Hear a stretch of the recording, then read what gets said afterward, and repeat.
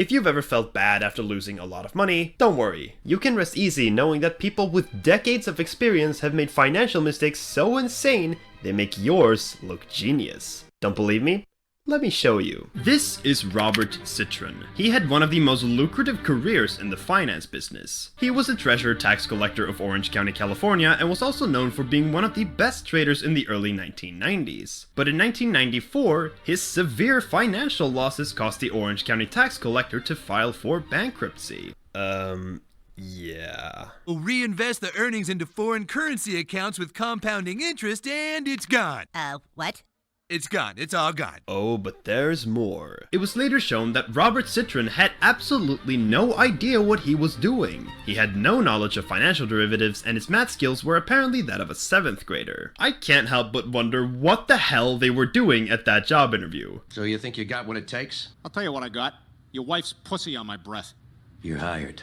Shit. There are many other examples of financial degeneracy. I mean, there's literally rug pulling tutorials on YouTube. What the actual fuck? Some of it is so incomprehensibly retarded that I can literally feel my neurons evaporating just thinking about it. But you might be wondering why I used Robert Citron as an example and not someone more well known like Bernie Madoff. Well, you see, degeneracy is a beautiful word that I'm gonna say a lot in this video, and it perfectly describes the faults of our modern day society. While Bernie Madoff was certainly a degenerate, he was more of an evil calculating schemer than anything else. And Robert Citron is more like your average grandpa discovering gambling for the first time, proving that financial degeneracy is everywhere, whether you're a Wall Street grifter or a scammer with broccoli hair. Thanks for the 20 bandos.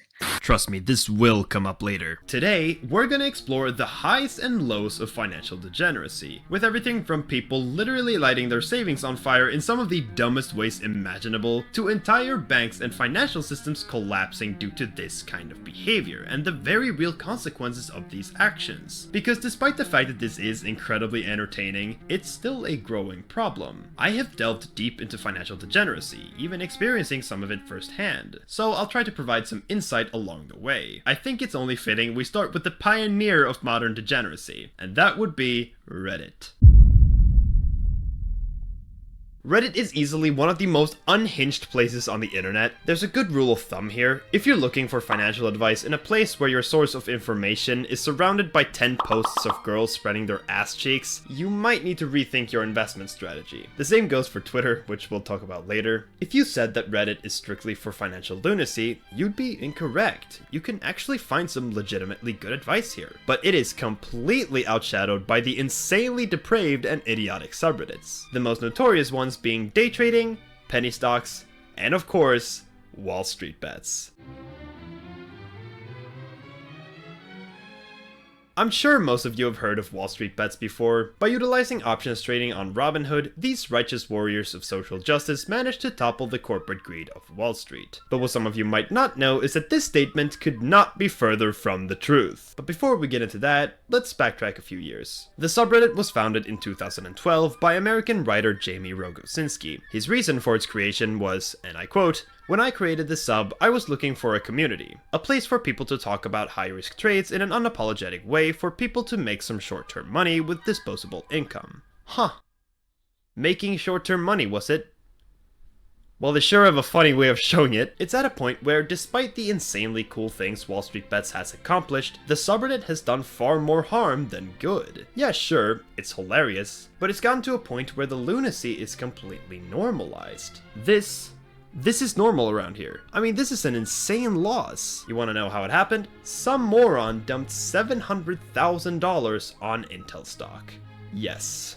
We're starting off pretty small here, trust me we are, with Reddit user SadNefariousness10, who made one of the dumbest stock picks I've ever seen in my fucking life. But how did this seemingly intelligent math major make such an unbelievably stupid decision? Well, a lot of people have the innate human desire to live up to their predecessors and make their family proud with major financial accomplishments. Reddit user SadNefariousNess10 is not one of those people. His grandma, on the other hand, patiently let compound interest do its thing as she slowly accumulated wealth so that her kids and grandkids would have a good life, which is pretty noble if you ask me. His grandma sadly passed away in 2024, and that's when SadNefariousNess10 found out that she had left him a whopping $800,000 inheritance. There's a couple of things you could do in situations like this. For example, you could go crazy and buy something stupid. You could also invest the money and use it as a buffer for whenever you need it. I'm sure you can guess what he did. He ended up doing some much needed thinking about what to do with his newly acquired wealth and decided to put $700,000 on Intel stock. Yeah, Mr. Warren Buffett over here with some top tier due diligence. Intel was already in the crapper at this point. I mean,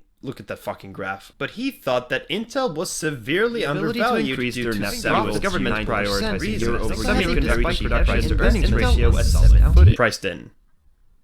It's all priced in. Not only was Intel just a day away from one of the worst earnings releases in the history of the company, he was also down $10,000 before the actual earnings release, which would result in a catastrophic $250,000 loss. You'd think that Intel cutting down on free coffee at the office would be a good enough reason to sell, but nope. Diamond hands. Yeah, he doubled down on his position with some serious cope, stating that Intel was in fact undervalued. He just had bad timing, which he got clowned for relentlessly in the comments. But he did put $100K into a high yield savings account, so he made one good investment at least. Just like user If I Was Hayek, who takes the prize for the funniest looking screenshot in Wall Street Bet's history. It's only getting worse from here. If I Was Hayek rose to Wall Street Bet's fame during the early phase of the COVID-19 pandemic. He saw the impending doom before everyone else and made the trade of a lifetime when he dropped a staggering $150,000 on Disney and Carnival puts. With a giant lockdown on the horizon, he thought that cruises and theme parks would take a massive hit due to people being forced to stay indoors, and apparently, he was right, as his initial investment shot up to $4 million. This is insane timing. To put it into perspective, this was like catching a fly in midair with a pair of chopsticks. So he obviously sold right after that, right? Right? After the initial decline, the government issued a bunch of stimulus packages that led to a massive bull run. Did he sell before that? Of course not. He held on with diamond hands until his puts were basically worthless, leaving us with a piece of art so beautiful it puts Da Vinci to shame. Pun definitely intended. I genuinely don't understand these people sometimes. He could have lived off returns and dividends for the rest of his life. But alas, greed eventually got the upper hand. Now looking at all of these losses, you might be wondering if there's anyone that actually made money. And the answer to that is, we don't talk about those. It's not like rubbing salt on the wound, it's more akin to pouring an entire can onto your busted kidney. It's just unnecessary, like why the fuck would you do that? Jokes aside, there are people who have made an unfathomable amount of money on trades like this. Sure, but that's not a good enough reason to blow away stupid amounts of money for what would most likely be a dumb screenshot. Keep in mind, whenever someone tries to seriously predict the market or do some thorough due diligence, most of the time they're technically not even wrong. But they are almost always forgetting one very important thing. It's already priced in. Let's take Sad Nefariousness 10 for example. His research was technically accurate, yet he lost money anyway. It just goes to show that this could happen to literally anyone, even a math major as smart as himself. Don't get me wrong, I'm not defending this in any way, I'm just saying that one questionable decision does not define their overall intelligence or mental state. But when it comes to just raw, unfiltered stupidity, there are two users that stand out from the rest. Their sheer stupidity forever changed not just the Wall Street Bet subreddit, but the Robinhood platform as well. The first one is Irony Man. When it comes to trading in general, Irony Man has become somewhat of an icon. He single-handedly changed the investing meta by getting box spreads banned on Robinhood and somehow had a 2,000% financial loss in the process. Yeah, I didn't believe my eyes either. It all started in 2019. Our beloved trader had a little epiphany. He realized that if you were to get the insane reward from trading without getting the insane risk, you would make a shit ton of money. Yeah, and grass is fucking green. So he turned to the trading strategy that could deliver exactly that.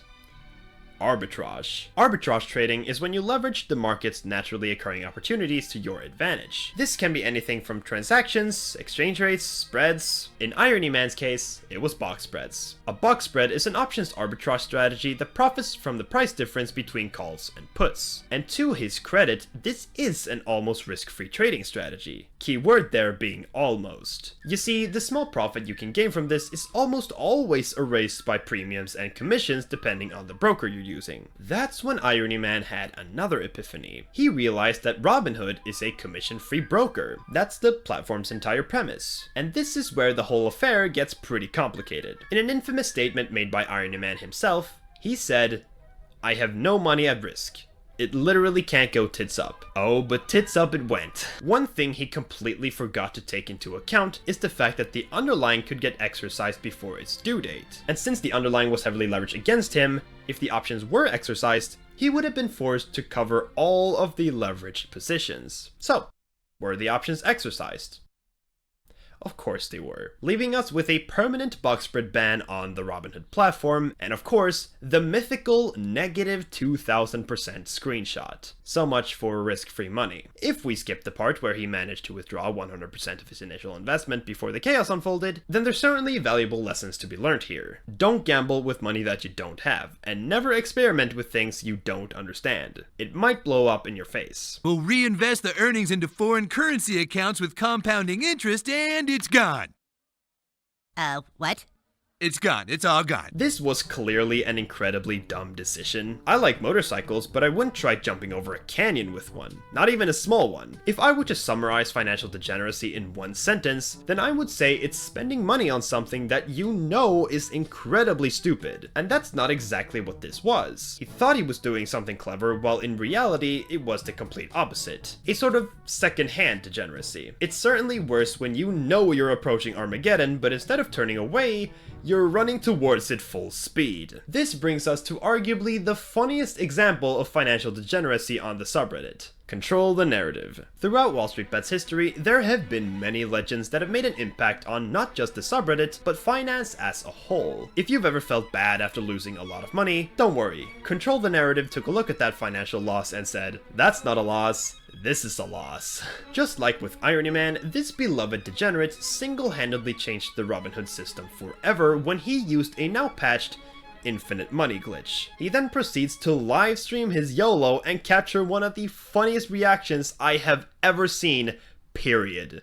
Losing over $50,000 in an instant would understandably be pretty upsetting, but I wouldn't exactly feel sorry for him, especially not if you're a woman. His journey on the platform started out with some classic statements such as, "Under socialism, sex would be distributed. It's called sex democracy. Your pussy will be socialized." And my personal favorite, "What are some good corporations to invest in that don't have women?" Yeah, classic Redditor behavior. And this was before he found Wall Street Bets. You can only imagine what an unhinged degenerate he became after he found the subreddit. Oh wait, we don't have to. A month after joining the subreddit, he decided to YOLO $30,000 of borrowed money. Yes, you heard that right. This guy was willing to risk bankruptcy 1 month after joining. I have heard of addictive mindsets before, but this is on a whole nother level. Then again, common sense on Wall Street Bets is more out of place than Drewski stock picking on CNBC. Man, you know, I'm on the board right now.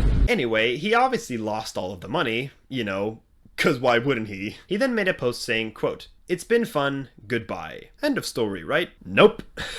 He discovered a glitch in the Robinhood system that made it possible to borrow hundreds of times the original deposit. Unbelievable. This guy was so addicted to options, not even Robinhood themselves could stop him. The glitch allowed him to borrow 25 times his initial investment, and led to several users following in his footsteps, borrowing millions of dollars before Robinhood patched the glitch entirely. I think it's worth pointing out that while losing money like this is entirely your fault, there are so many brokers and sites out there encouraging this type of behavior. You could completely financially ruin yourself on their platform, and they wouldn't even bat an eye to it. As long as they make money, they won't care. Now, where were we?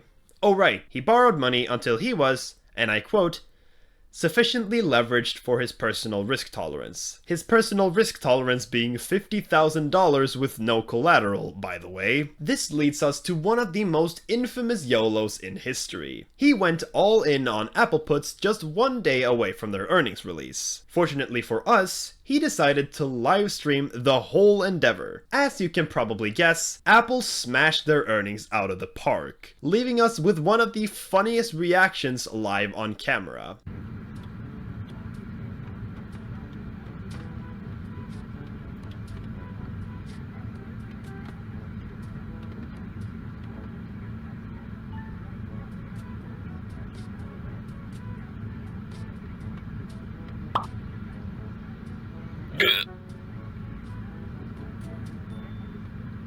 That's right, in a matter of seconds, he somehow managed to completely evaporate a yearly salary. Truly amazing. Launching himself into legendary status while entertaining all of us in the process. If all of this is somehow new to you, then I assume you're asking yourself this very important question. Why? Why would anyone do this ever? The answer to that is rather simple actually, because it's not like these people don't realize what they're doing. If a degenerate goes on Robinhood and buys $10,000 worth of out-of-the-money Nvidia calls with 0 days to expiration, they still realize what could potentially happen. Only the prospect of lifetime wealth blinds them from acknowledging the insane stupidity. After all, it's not gambling if you know you're gonna win, right? Let me ask you a quick question. Take a look at this. How likely is this to happen? A lot of you might say this is a 1 in 2 chance, right? Well, according to probability, it's actually somewhere between 1 in 10 to 1 in 1,000. Let me explain. It's logical to assume that one risky options play that will make or break your financial situation is a 50-50 chance. The reality is that it's a little more complicated than that. Let's look at If I Was Hayek. One single trade made him a multi-millionaire. That messes with your mind. It gives off the illusion that you're some kind of expert investor, which is why you won't stop. You'll just keep going until you eventually fail. This phenomenon is known as Taleb's turkey. It's an analogy that compares trading and investing to the life of a Thanksgiving turkey. A turkey gets fed and cared for its entire life, until one day, very suddenly, you kill it, cook it, and place it on the Thanksgiving table. The same goes for financial traders. Sure, you might be successful initially, but one day when your attitude is careless enough, you're going to place a trade with more risk than your bank account can handle. Everyone that dabbles in this kind of risky trading will most likely have something like this happen to them. This is extremely prevalent even outside of Wall Street Bets and even Reddit in general. But there's one platform that takes the cake when it comes to degeneracy, and it's a different kind of degeneracy than what we just looked at. I'm sure you can guess what it is. Remember earlier when I said this? Reddit is easily one of the most unhinged places on the internet. If you're looking for financial advice in a place where your source of information is surrounded by 10 posts of girls spreading their ass cheeks, you might need to rethink your investment strategy. Yeah, Twitter is arguably even worse, and it's considered one of the worst social media platforms by many people for that specific reason. And many other reasons, of course, but let's not get into that. However, one of the extremely few pleasures with Twitter is that you'll see degeneracy unfold like it's the end of the world. If I were to talk about every single degenerate thing that has ever been posted on that platform, I would be here to the day humanity has conquered the fucking galaxy. Let's say you tweeted something as indefensible as sexually assaulting kids is bad. The way people would respond to something like that would make you ashamed of humanity. But that's not what we're here for. We're looking for a specific kind of degeneracy. Financial degeneracy. And like many other tales of craziness on Twitter, we're starting off with perhaps the biggest loser of all time, Elon Musk. I am become meme. Similar to what I just said, if I were to list every single piece of unhinged craziness this guy has done on the platform, I would be here until I was bones and dust. So let's look at some of the highlights. I mean, buying Twitter itself is probably the first thing that comes to mind here. This was a $44 billion affair that so far has been one of the worst deals of all time. In his efforts to transform the company, he fired 50% of the company's employees, completely changed the verification system, unbanned every single pseudo-intellectual you can think of, and renamed the company X. Honestly, the name kind of makes sense because there's so much porn there, holy shit. All of this crazy radical shit caused 50% of advertisers to pull out. Something Elon himself could learn a thing or two about. What is that, his 14th kid? Dude, wear a fucking condom. Look at this fat loser. The plague did less damage to the gene pool. All of the advertisers leaving the platform obviously led to a massive drop in revenue, and considering this shit pile of a platform burns millions of dollars daily, drenching $50 billion in gasoline would have been less of a financial waste. Which is ironic since he's literally the head of a department whose sole purpose is to cut out financial waste. Until he wasn't. I think what he's done is really incredible. People sort of forget that when he came into the U.S. government, we had never had a full-scale effort to actually look at, are we spending the American people's dollars wisely?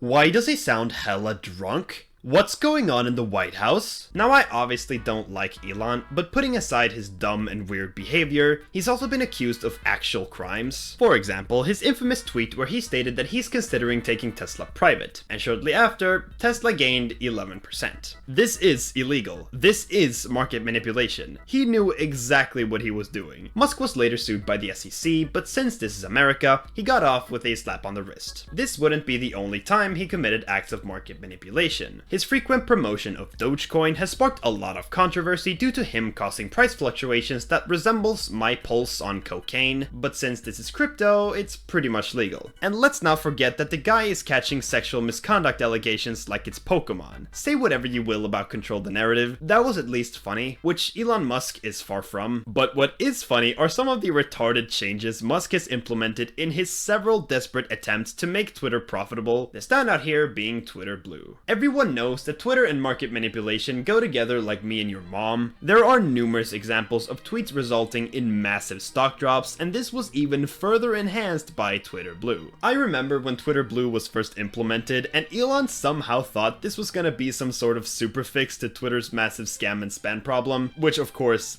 it wasn't. It was the complete opposite, actually. What it did do was open the floodgates to verified shitposts. This was a short-lived but extremely entertaining period in Twitter history. So what happened was that now anyone could buy Twitter Blue. And this led to thousands of trolls impersonating public figures with verified accounts. We have classics such as OJ Simpson tweeting, "Yeah, not gonna lie, I did that shit." George Bush tweeting, "I miss killing Iraqis," and Joe Biden tweeting, "I'm over here stroking my dick, I got lotion on my dick right now." Unbelievable. It didn't even end there. We also had massive companies like Nintendo of America tweeting out Mario giving the finger, Chiquita tweeting, "We've just overthrown the government of Brazil," Eli Lilly tweeting, "We are excited to announce insulin is free now," and my personal favorite, Tesla tweeting, "Breaking, a second Tesla has hit the World Trade Center." Absolute legends, all of them, especially considering that the companies in question are arguably some of the worst companies on the planet. At the time, there were people claiming that these tweets caused massive real-time stock drops, which is not true, unfortunately, but that doesn't mean it's never happened before. In fact, it's actually quite common, or at least more common than you might expect. If we take the Elon tweet I mentioned earlier, I understand how that has an effect on Tesla's share price, because it's actually something Elon could do. But my goodness, how on earth is a single Kylie Jenner tweet wiping out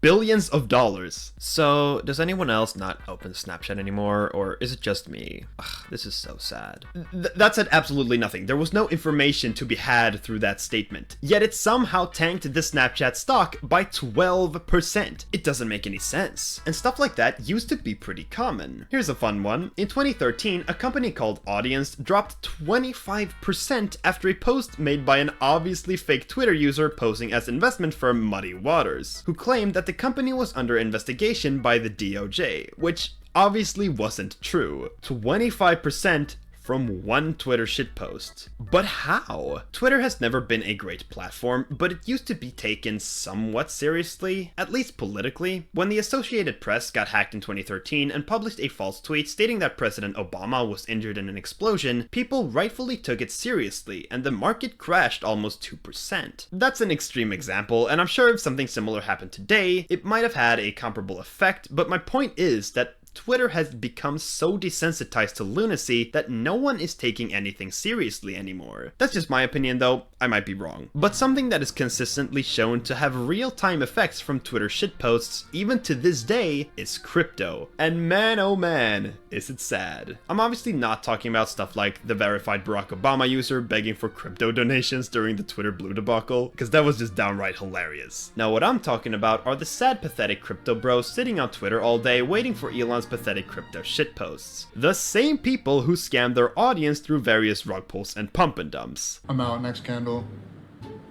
Get out, get out, get out, get out! There is no shame with these people. First it was NFTs, now it's rug pulls. Remember NFTs when that was popular? That bitch fell off harder than 2022 Netflix stock. Yeah, 2020 was an interesting time to be alive. I'm not gonna go into too much detail explaining what a rug pull is, since most of you probably know what it is already, but it's basically insiders selling a coin after a massive price increase, which then leads to the price plummeting down. And the massive price increase in question is most of the time caused by insiders. Since rug pulling is such an effective scam, there are many people trying to get in on it. The list of celebrities and public figures engaging in rug pulls is extremely extensive. CryptoZoo and Save the Kids are some of the most well-known, but far from the only ones. Jake Paul, Floyd Mayweather, Jason Derulo, Lindsay Lohan, Caitlyn Jenner, and even the current president of the United States, Donald Trump. This is not just degeneracy, this is just downright evil. And since hype on Twitter builds up and dies down faster than you can blink, this makes it the ideal place to promote these scams, and because these projects gain momentum so fast, vetting processes are often unable to keep up. So when people inevitably come to their senses about the project, it's already gone tits up. Beware of the noise trader. If you see a crypto project with literally any form of marketing behind it, it's a scam. And I'm sorry to break the news, but that does include the Hawk2A coin. I know, it's hard to believe, but there's still something very important we have yet to talk about. One thing that crypto amplifies to its extreme is a feeling that is very common when it comes to making questionable financial decisions. The feeling that I'm obviously referring to is FOMO. I'm sure many of you know what FOMO is. It stands for fear of missing out, and it's an aspect of fear that can pressure you into making devastating financial mistakes. If you see any sort of meme coin hype on Twitter, it's perfectly natural to feel drawn to the hype, even though you know it's not gonna lead anywhere. It's the what if feeling. What if this coin is gonna pump? What if this is my ticket out of poverty? I get it. FOMO applies to literally every single investment opportunity because you will miss out on amazing investments. Everyone will. You're always missing out on something. So why would this single shitcoin or meme stock be any different? I mean, what's it gonna do? Make you a millionaire? Yeah, right. I think you need to take a long look at the actual statistics, brother, because that shit ain't gonna happen. But let's give it the benefit of the doubt here. Let's say you did catch some shitcoin pump and made like a gazillion dollars in the process. Whatever. What does that do to your mind? This circles back to what I said earlier about ego and greed. It's never enough. You won't stop, and this will lead to financial failure. A cycle of financial degeneracy. This is why FOMO is so dangerous, because no matter what you do, it's going to affect you. I know this because I'm speaking from personal experience. I have an investment that is currently up thousands of %, and I should be grateful for that insane amount of luck. But the only thing I can think of is how I should have invested more when I had the chance and what I'm gonna do next. So I really do understand. Don't get me wrong, if you bought the fucking Hawk2A coin in hopes of becoming a millionaire, you deserve what happened to you. On some level, there is personal responsibility, especially when it comes to some of the more, obscure crypto projects out there? What? You're telling me a streamer rug pulled you live for a quick profit? No, they would never do that. You must be imagining things. Well, I don't know what to tell you. Greed is a powerful motivator. But let's be completely honest here. I bet there's people watching this video right now that would do the exact same thing given the chance. After all, everyone is somewhat greedy. It's human nature. And despite all of the unhinged financial degeneracy that exists on the internet, there's one website that takes it to a whole nother level. With a name like Pump.Fun, you might think that the site is an innocent little escape from the harsh reality we call life. While in actuality, the site is depravity incarnate, and I mean that in the most genuine way possible. It is actual dark web shit that somehow emerged at the surface layer internet. The site is specifically designed for rug pulls, and it gained a lot of mainstream attention thanks to this guy. Thanks for the 20 bandos. More on him later. Pump Fun was launched a little over a year ago, so it's actually pretty new. An alleged founder of the site called it the most fun place on the internet. I don't know how disconnected from reality you have to be to think that scamming and unhinged depravity is somehow fun. It was later revealed that the actual founders created the site because they got tired of constantly getting rug pulled. So they decided to do the only rational thing and make it available to everyone. If you can't beat them, join them, I guess. Pump.Fun became an instant success, preying on the insatiable greed of the younger generations, brainwashing them into thinking it's anything more than a lottery while making millions in the process. That was until this happened. Oh, yo, it's nuked. Why is it nuked? No way. Oh, holy fuck! Holy fuck! Du full clip. Holy fuck! Thanks for the 20 bandos. Yeah, he did. In November 2024, a 13-year-old kid rug pulled not one, not two, but 3 tokens in a row, making $50,000 in the process. Let's start from the beginning. Pumped Up Fun had a livestream feature, and this little baby-faced squeaker went live, made a token called Gen C Quant, then rug pulled that bitch for 30 grand.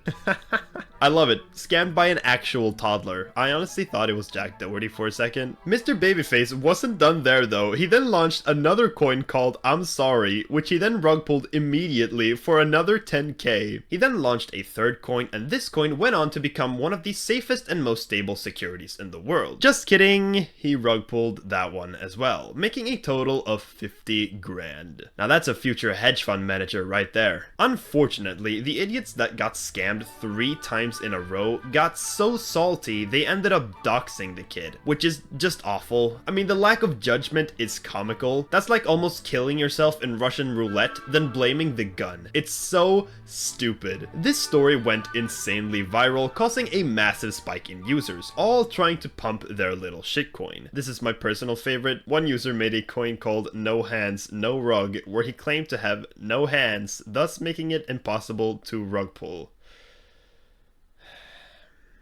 He then proceeds to rug pull and goes back like nothing happened.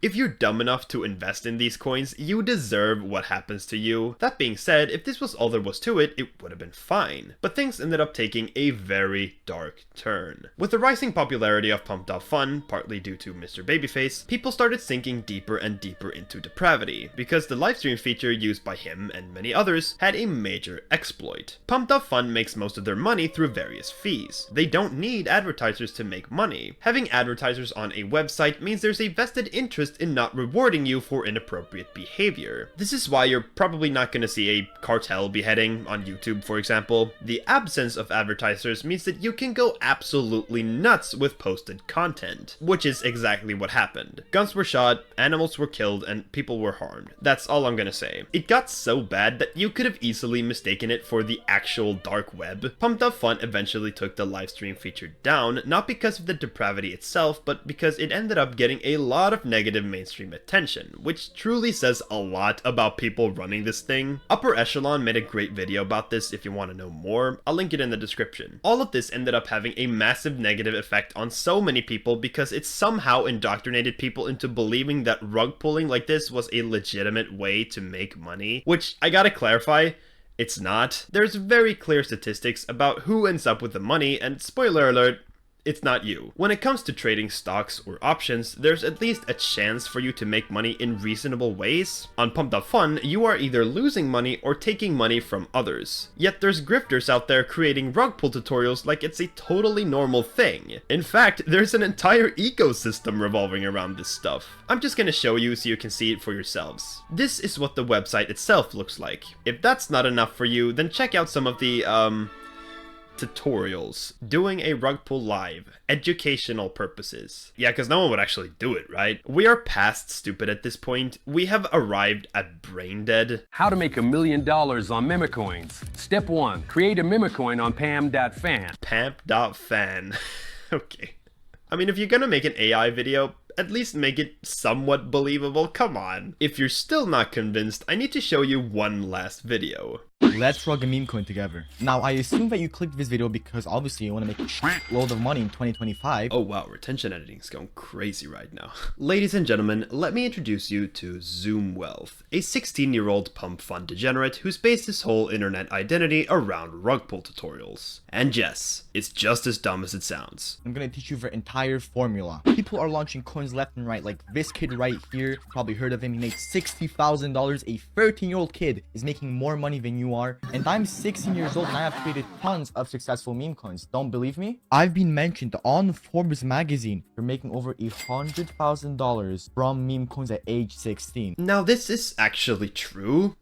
So somehow. His real name is Oliver Schmoll, and this is for some reason his smoking gun of legitimacy. He somehow thinks that just because Forbes has taken a jab at you and your entire meme coin culture in a hit piece article against Pump Fun, you should automatically take his content seriously for some reason. They didn't promote you, they made fun of you. However, he's technically still an underage child. He probably hasn't quite grasped the concept of shame and digital footprint yet, so keep that in mind. I know exactly how these types of people operate because I speak with these types of people, and I'm kind of somewhat connected with a few of these people, you know, for educational purposes. Yeah, so today I'm going to show you how to commit large-scale tax fraud, but, you know, just for educational purposes, obviously. So, I'm going to teach you exactly how others rug meme coins, because you can't rug meme coins, it's illegal. Disclaimer, educational purposes. This right here is something he and other creators like him does constantly. They give you very obvious tips on how to rug pull, but doesn't actually show the rug pull itself. Now, the tax fraud joke that I just did is okay on YouTube, because it's satire. And again, since he didn't technically show a rug pull, he can just call it satire and get away with it. I don't know why they can. It's very obvious that this type of content is extremely harmful, and in 99% of cases, it's just gonna lead to you losing your money. Now, in the rest of the video, he goes on to explain how a rug puller like himself creates his pump and dump projects. And I gotta say, in all honesty, it's the biggest piece of dog shit. No, but jokes aside, it's actually a good video that does provide valuable insight as to how these scammers like himself operate. As I said, I created a ton of meme coins in the past and made over $100,000 at 16, and I kind of know what I'm talking about. As you can see, Forbes magazine right here, and you open it up and you got my name here. And there I am. There's my name, and it said I created a cryptocurrency called Jailcat. As you can see, created a coin called Jailcat. So I know what I'm talking about. I've been mentioned on Forbes magazine. I do this shit full time. I'm not gonna lie to you guys. Wow. What a productive member of society. The thing that annoys me the most is how normalized all of this is, because the users are mostly just young, naive, and extremely gullible crypto bros. I couldn't find any actual data on this, so that's just an assumption, but I did find this. Why am I not surprised? It's sad to see how wasting money like this is somehow celebrated. We already know that nothing good can come of this. Mr. Babyface ran off with $50,000, but he got doxxed in the process, leading to someone stealing his dog. I should probably mention that the livestream feature that made Pump Fun so unbelievably degenerate in the first place has been reinstated, albeit with heavy moderation. It's difficult to see how this will affect the platform, but that in combination with the degenerate ecosystem surrounding the website makes it pretty safe to say that if anything changes, it won't be for the better. If you make money on stocks, options, futures, trackers, bonds, or even commodities, there's an institution out there that has taken on some form of a loss. But if you make money on crypto, it's other people that are taking the losses. It goes without saying that this is a very important distinction, especially when this is further enhanced by platforms such as Pump.Fun, which is why, out of all of the aforementioned examples, it's probably the worst, as it also leads very young people down a rabbit hole of degeneracy, eventually making some of the worst financial decisions I've ever seen in my entire fucking life. Because at the end of the day, even though they pretend like they are, none of them are actual financial traders on Wall Street. I mean, those guys actually make money. Why are you looking at me like that? Oh, they don't? Oh, really? Yeah, so as it turns out, real traders, you know, the ones with suits and briefcases, are actually just as, if not even dumber than retail traders. Or maybe it's just the cocaine. Now, most of the time, there's fail-safes in place to stop the suits from spending money they shouldn't. This speaks for itself. But just like with Irony Man and Control the Narrative, there's ways to work around the system. Clever retail gamblers can create large ripple effects throughout the economy, but the morbid truth is that when suits gamble, society bleeds. Quite literally, in fact. Remember what I said earlier about making money on stocks, bonds, etc., compared to making money on crypto? If you make money, there's something or someone taking on some form of a loss at the other end. Now, if you lose money, you're basically doing the exact opposite, effectively donating it to some lucky degenerate or to a hedge fund manager's private art collection. But there's also a second possibility to consider. I've talked a lot about crypto rug pulls in this video, but what if you were to rug an established security? economy? Well, that, my friends, is a little something we call market manipulation, which is an actual felony. The suits are so degenerate, they are willing to break the law to satiate their appetite for risk. Committing market manipulation on a small scale is a federal crime. The previously mentioned Elon Musk tweet is a good example of this, but doing it on a large scale is not only illegal, it's completely devastating for the entire world. In the critically acclaimed Big Short, there's a scene where Brad Pitt's character, Ben Rickard, explains exactly why it's so destructive. What? You have any idea what you just did? Oh, come on, we just made the deal of our lifetimes. We should celebrate. You just bet against the American economy. Fuck yeah, we did. Yeah. Fuck yeah. Which means, if we're right, people lose homes, people lose jobs, people lose retirement savings, people lose pensions. You know what I hate about fucking banking? It reduces people to numbers. Here's a number. Every 1% unemployment goes up, 40,000 people die. Did you know that? No. Did you know that? No, I didn't know that. We were just excited. Just don't fucking dance. This is a great scene because it's not something that typically comes to mind when you think of an economic decline. That exact ignorance is perfectly depicted by Jamie and Charlie's reaction to the startling revelation. And this particular statistic that he's quoting is actually true. Somewhat. I'm gonna go deeper on this later, but for now, I want you to keep this particular quote in mind. Knowing the fact that unemployment and mortality rates have a clear correlation, let's start by taking a look at a more lighthearted example. Let me just set the stage real quick. The year was 2009. An oil trader, known as Stephen Perkins, who worked for the London-based broker PVM Oil Futures, returned home from a company-sponsored golf weekend. And like a man who's got his priorities straight, he decided to go to the nearest bar to slam down shots like there was no tomorrow. Yeah, that's definitely lore accurate. If I was a professional trader, I'd probably do the same, honestly. His love for alcohol eventually overwhelmed his common sense, and he later suffered an alcohol-induced blackout. You know, as you do sometimes. There's nothing wrong with drinking copious amounts of booze. We've all been there, right? Here's the mega plot twist though. When our main character woke up, he quickly realized that while he was drunk, he had traded 7 million barrels of oil. This oil was worth over $500 million, and at the time, it represented 70% of the total volume on the market. Rightfully overwhelmed, he did what any responsible man would do in a situation like this. He called in sick. It didn't take long for his boss to find out that something was obviously wrong. It doesn't take a fucking giga-brained genius to look at the company's order flow, see that it's all coming from one place, and realize that Stephen Perkins was completely and utterly fucked. Perkins was obviously barred from working as a trader by the Financial Services Authority in the UK, and when delivering a report on this whole endeavor, one of the regulators stated, and I quote, "Mr. Perkins poses an extreme risk to the market while drunk." Wow. He better have put that on his resume. I want to start off by saying, what an absolute legend. I can just imagine someone asking him, "You almost crashed the global oil market? How did you do that?" So here's the thing, right? I love alcohol. I want to go on a bender with this guy. We would create such beautiful chaos together. Now, jokes aside, this is obviously really fucked up. Imagine being a grown-ass man with responsibilities going out on a bender and causing millions of dollars worth of damages. This is extremely irresponsible, but it goes a lot further than that. According to The Guardian, there were analysts at the time claiming that almost 60% of crude oil prices were based on speculative trading. The result of Stephen's trading activities was a price increase of almost $2 per barrel, which would have made oil over $150 million more expensive worldwide. Let's think of those implications for a second, because that's not child's play. In the context of the global economy, sure, it's not a whole lot, but it's still an extra $150 million that people would have to pay for just to fix his stupid mistake. And that's really the big difference here. Redditors, Twitter users, crypto bros, whenever they make a mistake, they pay for it. When the suits make a mistake, everyone pays for it, including themselves.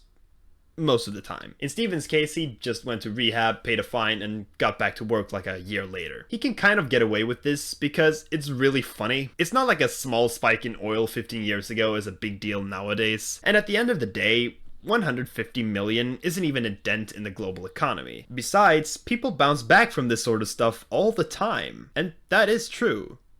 until it's not. I keep referring to Taleb's Turkey because at the end of the day, there's so much we don't know. For example, everyone thought Credit Suisse was too big to fail, but as it turns out, it wasn't. Another very similar case in the 1990s was Barings Bank. However, this one was a little more extreme because Barings Bank was over 300 years old. This single bank was older than the United States. But in 1995, it just collapsed. But why? Well, let me tell you about one of the worst traders of all time, Nick Leeson. And he certainly looks the part. He looks like your average frat boy douchebag with an access to way too much money, which sums him up surprisingly well actually. But not only did he have access to a lot of money, he had access to an entire bank's worth of money. In 1992, Leeson became the general manager of the newly opened Barings Futures and Options office in Singapore. This is because he had previously failed to acquire a broker's license in the UK due to committing fraud on his application form. This was never disclosed when he applied for it in Singapore, so his new career was already off to a fraudulent start. Initially, Leeson had a lot of success over there. At one point, he was responsible for 10% of Barings' yearly profits. That is absolutely bonkers. That number alone obviously meant that he was a skilled trader, right? Wrong. In reality, Leeson's trading strategy was more akin to what you would see on Wall Street bets. His strategy involved doubling down on every loss so that he would only need half the market retrace in order to make his money back. You heard that right. Bro used the fucking demo account trading strategy of doubling down on every decline and ended up obliterating an institution that was around during both world wars, the rise and fall of the Soviet Union, the American Civil War, Thomas Edison, Napoleon Bonaparte, and the French Revolution. I can't make this shit up. Leeson eventually had to double down so much, he ended up permanently crippling the bank with a staggering $2 billion loss. Now I know what you're thinking. How come someone of Nick's level of incompetence was given so much authority within Barings' trading department? And that is a damn good question, especially considering the serious and professional reputation that Barings Bank possessed. Throughout its history, Barings has gone by many names. In the early 1800s, it was prominently known as the sixth great European power, so this bank has quite the historical significance, which raises all the more questions as to how all of this managed to unfold. I'll tell you how. At the end of the day, they were simply put just really bad at their job. There were no internal safeguards, there were no audits, the books were a complete mess. I mean, I could go on and on. The utter incompetence here is truly difficult to grasp because this was a corporate failure from top to bottom. But the biggest failure here is obviously Leeson himself. This is where it gets pretty disgusting actually, because listening to Nick at the time, you can clearly tell he didn't give a fuck about the absolute shit show that emerged from his mistakes. But why didn't those people who ran Barings come to you and say, what are you doing? Because they're stupid.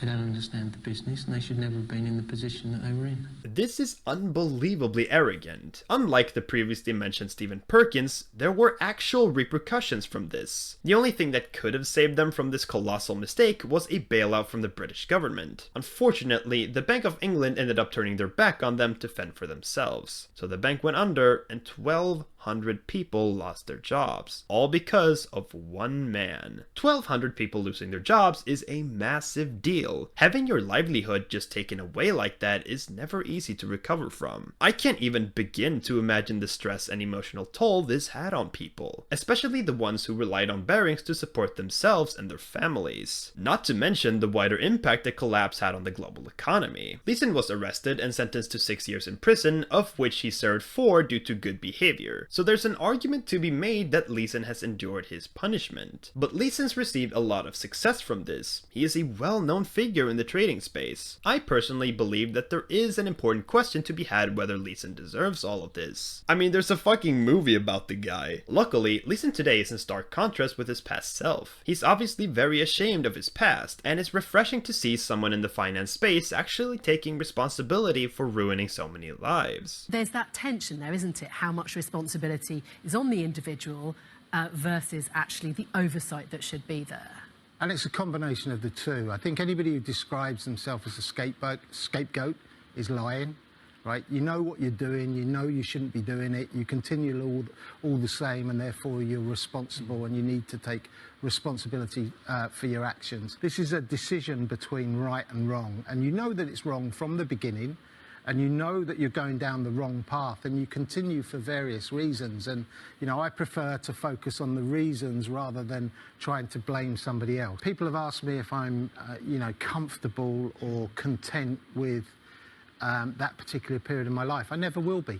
I never will be, because it's the complete opposite of what I wanted to achieve. It's surprisingly rare to see this level of honesty, especially when it comes to some of the bigger financial scandals. The bigger the headline, the bigger the blame game. And let me tell you, there are few events in modern history that had a bigger blame game than the event that single-handedly managed to discombobulate the world in a way we haven't seen in 100 years. I'm of course talking about the Great Recession. If you've seen The Big Short, you have a pretty good idea of just how toxic the finance world can get. Everyone knows about the two main characters, Michael Burry and Steve Eisman, portrayed by Christian Bale and Steve Carell respectively. But what's shockingly less well known are the actual people responsible for the crash. Now, there are many separate individuals responsible for igniting the chemical reaction that was the 2008 housing bubble, but there's one person that managed to stand out from the rest. Played by actor Byron Mann in the movie, his name is Wing Chao. To get an idea of just how awful this guy actually was, I think it's time we bring up the Ben Rickard clip again. You know what I hate about fucking banking? It reduces people to numbers. Here's a number. Every 1% unemployment goes up, 40,000 people die. Did you know that? No. Did you know that? No, I didn't know that. Let's dig a little deeper into this quote. I want to start off by going over a few studies on the matter, all of which are linked in the description if you want to read them yourselves. One study published in 2011 found a 63% increase in mortality when unemployed. That is very interesting, but the real question is, why? Another study published in 2010 linked an increase in cardiovascular disease to not just unemployment, but to stock market volatility as a whole. In China during the Great Recession, a 100-point change in the Shanghai Stock Exchange corresponded to a 5% increase in coronary heart disease deaths. In both of these studies, the findings were attributed to heightened levels of stress. Okay, now we're getting somewhere. But there's two more studies I want you to look at. One of these studies saw an increase in illegal drug use, and the other saw an increase in alcohol consumption during economic recessions. One of them suggesting that the documented increase is likely just a coping mechanism attributed to high stress and increased strain on your mental health. All of these studies confirm clear links to economic recessions and unemployment, leading to an increase in mortality rates through stress-induced issues. Whether it's cardiovascular disease, increase in drug and alcohol consumption, or in some cases even suicide. This was an especially prominent issue during the Great Depression in the 30s. I should probably add that 3 out of the 4 previously cited studies are available on the United States National Library of Medicine, so this ain't just some retard cooking up some conspiracy theory with ChatGPT. These are credible sources, and it's a well-documented issue with tons of research behind it, some of it dating as far back as the 1970s. So while this quote might not be entirely precise, I believe it's accurate enough to use as a benchmark for the induced problems caused by massive financial speculation. I think it's important to mention that these recession phenomena were used as propaganda fuel during the pandemic, with some people claiming that vaccines were causing these deaths, which is just not true. Just because it looks like a large-scale vaccination and mortality rates had some form of a connection doesn't mean that there's an actual correlation. After all, we were in a recession. These deaths were a result of the impact that COVID had on the global economy. Unemployment, stress, increased consumption of drugs and alcohol, not to mention the virus itself. Anyway, with all of this newfound knowledge, let's get back to talking about why I think Wing Chao is one of the most evil human beings in modern history. The Big Short provides you with a pretty good understanding of how the Great Recession unfolded. In essence, banks were giving out loans to people who couldn't afford them. Wow, good thing that's in the past. Thank God we left that kind of thinking behind us. The greedy suits would then repackage these loans into securities called CDOs. The rating agencies gave these CDOs high scores, making them seem safe on the surface while actually being incredibly risky. The suits would then sell them off to the highest bidder, creating a gigantic risk-filled market around these horrible loans, where one small increase in mortgage defaults would create a ripple effect that would end up crashing the economy, leading to millions of people all around the world losing their homes, savings, and jobs. The craziest part was that the banks knew about this, which is why they hired people to manage their horrible assets. And one of these people was Wing Chao, a portfolio manager working at his firm Harding Advisory, who had a very close and very suspicious relationship with Merrill Lynch. They would pay Chao and his firm enormous amounts of money to offload the risk from the CDO by dumping the loans into the bonds. And in case it's not obvious enough, he was well aware of what he was doing. Not only that, but he stared at the bubble for years, knowing damn well that he was perpetuating a disaster. But as long as he made money, he didn't care. All of his greed and degeneracy would eventually culminate in an encounter with Steve Eisman, where he reveals that not only has he knowingly defrauded investors through these horrible mortgage bonds, there's actually an even bigger market out there speculating on these bonds. And oh yeah, this market was 20 times larger than the actual market for CDOs. Are you at all concerned about the rising default rates? I assume no risk for these products myself, Mark. So let me get this straight. The bank calls you up. They give you the bonds they want to sell. They give you clients. They give you money to run your business. Give you fat fees for doing so. But you represent the investors? Is that right? Yeah. CDO B has parts of CDO A, but then they both get put inside CDO C. Yeah, that one's called CDO squared. CDO of a CDO. This was when Steve Eisman realized that the entire global economy was on the brink of collapse. And collapse it did. Savings were erased, millions of people lost their jobs, and thousands of people worldwide died as a result of this recession. As for Wing Chao, his firm was later investigated by the SEC, who found that he had made over $40 million from these fraudulent deals. The case later went to court, where he was fined $7 million as well as being barred from working as an investment advisor, which was just a slap on the wrist because he was allowed to reapply just a year later. So not only did he receive an extremely light punishment, he also had the audacity to play victim in court by crying on the witness stand and lying about his involvement. Oh, but it doesn't end there. He later sued Michael Lewis and Steve Eisman for portraying him as a villain in the movie. Wow.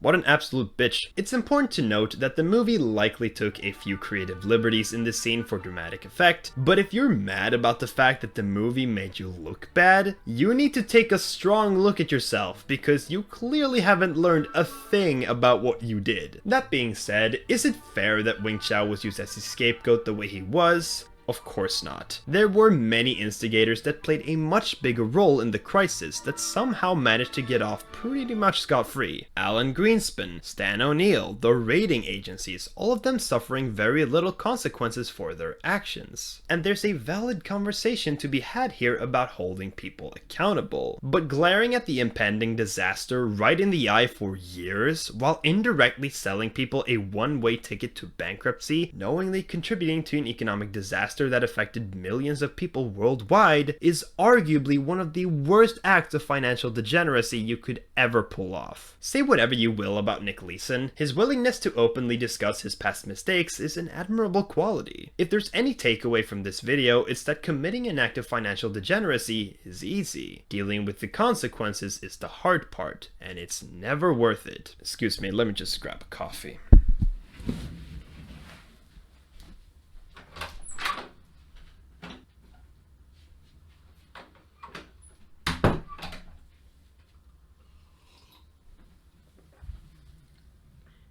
There's no unique discoveries here. Everything that I've talked about in this video is all very public knowledge, which is ultimately the point I'm trying to make here. Everyone knows the severity of this issue, yet it's clearly a massive problem, and has been for many years. It all boils down to three things: greed, clout, and stupidity. Let's break them down. Stupidity is the easy one to break down because you can't break it down. No matter what you do, there's always going to be some plebeian out there sitting in front of a screen ready to blow all his money on the latest fart coin. That's an actual coin, by the way. You can't really account for the odd one out, and sadly, you'll never be able to. The second one is clout, and this one's a little harder to break down. When someone posts a loss on social media, they're obviously doing it because they want attention, and financial losses are usually usually hilarious. No one can convince me this isn't funny. But that's also part of the problem. If the post is funny, it brings attention, which leads to even more people committing financial degeneracy. It's like making jokes directed at minorities. It's funny, but you're part of the problem. This is why it's very important to make distinctions and laugh at people who deserve it. What do I mean by that? Well, Elon Musk deserves to get laughed at because he's a spoiled, pathetic billionaire who brought this on himself. Your neighbor who lost his house because he's addicted to stock market gambling does not deserve to get laughed at, because while he brought it on himself, it's still an awful tragedy that can happen to a lot of people given the right circumstance. I hope you know what I'm going for here, because clout is usually not an incentive to lose money like that. It's really just a coping mechanism for the person who made the post. Then we have greed. Oh boy. One of the most iconic scenes in movie history is the scene from Wall Street, starring my dad and granddad. The scene in question is Michael Douglas's character Gordon Gekko holding a speech about this deadly sin. Greed, for lack of a better word, is good. Greed is right. Greed works. Greed clarifies, cuts through, and captures the essence of the evolutionary spirit. Greed in all of its forms. Greed for life, for money, for love, knowledge, has marked the upward surge of mankind, and greed, you mark my words, will not only save Teldar paper, but that other malfunctioning corporation called the USA. Thank you very much. What an amazing scene. And honestly, I couldn't agree more. Greed is good. The human desire to want more and better things is one of the reasons why we are the top species. It's not a bad thing. If you lose a lot of money in these types of contexts, chances are you've blamed greed at some point. But that's not the whole truth, is it? Think of it this way. Why were you greedy in the first place? Being greedy is not a unique trait, yet you're the one who lost tons of money. The truth is that you probably don't know yourself well enough to even realize why you did it. That's a tough pill to swallow, and people deal with this in widely different ways. So I'm gonna end the video with this. Greed is not the villain, you are. And truly knowing who you are as a person is the best advice I can give you. Thank you for watching, and goodbye.